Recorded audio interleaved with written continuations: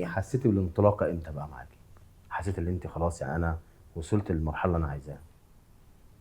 ده مش من بدري يعني، مش من متاخر لا. ولا؟ يعني ايه مثلا بدايه من سجن النساء، انا كان عندي بدايه تانية. يعني انا كان ليا يعني انا مثلا عملت ملف في الاداب قبل سجن النساء بكتير.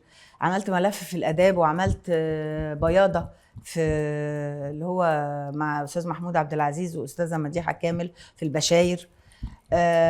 فطبعا كان استاذ وحيد حامد يعني عارف، اخدني في بياضه وخدني معاه في ملف في الاداب. وطبعا استاذ عاطف الطيب، استاذ عاطف الطيب شافني في مسرحيه، كنت بعمل الاول مسرحيه بتاعت مع خالص تحياتي مع استاذ عبد المنعم مدبولي. فاتفرج استاذ عاطف الطيب على المسرحيه، كانت متسجله، فقال لهم انا عايز البنت دي معايا في ملف في الاداب. كان طبعا معايا مديحه كامل، يعني الممثله العظيمه العبقريه القمر، يعني ما كانش فيها حاجه وحشه بصراحه، ممثله قديره. يعني تحب زمايلها اللي حواليها.